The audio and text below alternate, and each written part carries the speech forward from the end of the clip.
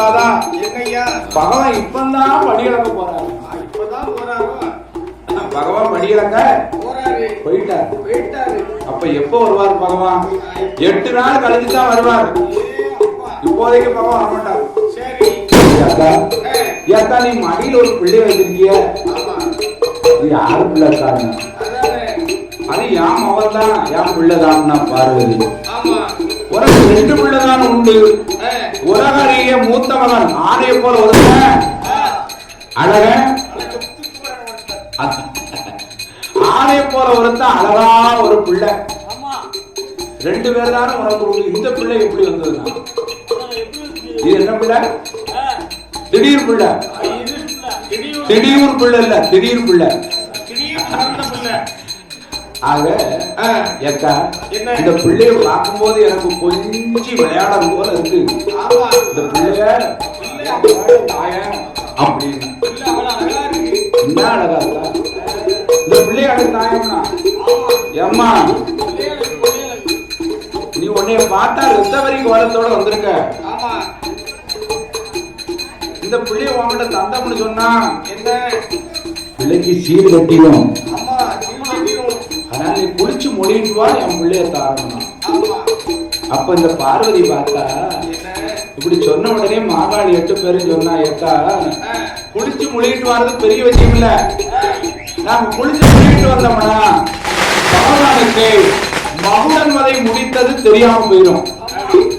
ரத்தமணி கோலத்தோடு இருந்தா தான் மகுட சம்ஹாரம் முடிச்சுட்டு வந்திருக்காரு பகவான் நம்புவாரு. அப்படி அதனால நீ குளிச்சு முழுவாட்ட வராட்டா, என் பிள்ளைய நான் தரமாட்டேன், தரமாட்டேன். ஏக்கா ஒரு தடவை கூட கொஞ்சிட்டு தரம்னா இவ தரமாட்டோம்னா, இவ கேட்டா தரமாட்டோம்னு பிள்ளை 2 காலை பிடிச்சுக்கிட்டா 8 பேரும். என்னாச்சு? இந்த பார்வதி தரமாட்டோம்னு கைய பிடிச்சுக்கிட்டா, அவன் அந்த பக்கம் இழுக்கா, இவன் இந்த பக்கம் தரமாட்டோம்னு இழுக்கா. பகவான் இழுக்க இழுக்க இழுக்க சப்பா இழுபட்டுக்கிட்டு வராரு. பார்த்தாரு பகவான், இன்னும் சற்று நாளைக்கு இப்படியே இருந்தோம்னு சொன்னா இந்த 30 நாளைக்கு அக்காதங்க 8 பேரும் கை வேறு கால் வேறு கணுக்கால் வேறு முட்டுக்கால் வேறு முழங்கால் வேறுன்னு பிச்சு எரிஞ்சிருவா. அதனால இந்த பகவான் பச்சிரம் பிள்ளையா இருந்தவர் துள்ளி குதிச்சார். வானத்துக்கும் பூமிக்குமா நிராவல சொருவத்தோட நிற்கார். இந்த கண்டா காளி 8 பேரச்சு இத பார்க்க அங்க வந்தோம் அப்படின்னு வடக்க பார்க்க திரும்பிட்டா. அன்னைக்கு வடக்க பார்க்க திரும்பினவதான் இன்னைக்கு எங்க வந்தாலும் வடக்குமுகமா இருக்கா.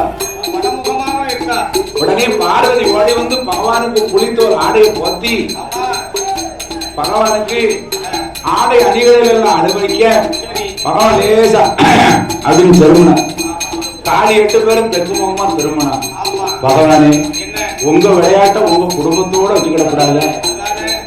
இந்த பொல்லாத வாயு மகடாசுரனை வதை முடிக்க நாங்க பட்ட பாடு எங்களுக்கு தானே தெரியும். காளி உங்களுக்கு இப்ப என்னமா ஆனா நீங்க சொன்ன மாதிரி நாங்க மகட சம்ஹாரம் முடித்து வந்துட்டோம். எங்களுக்கு கைலாசத்துல இருக்க இடம் ஏம்மா, இரத்தவரி கோலத்தோடு நீங்கள் வந்ததினால் கைலாசத்தில் உங்களுக்கு இருக்க இடம் கிடையாது. வேற வரங்கள் காரணம். வேற என்ன வரத்தை நாம பார்க்க போறோம்? உடனே ஆண்டவன் விவரமா இந்த காளியர்கள் 8 பேர்களுக்கும் இந்த உலகத்தில் யாருக்குமே கொடுக்காத வரம் ஒண்ணு இருக்கம்மா. அதுதான் முத்துவரம். இந்த முத்துவரத்தை பகவான்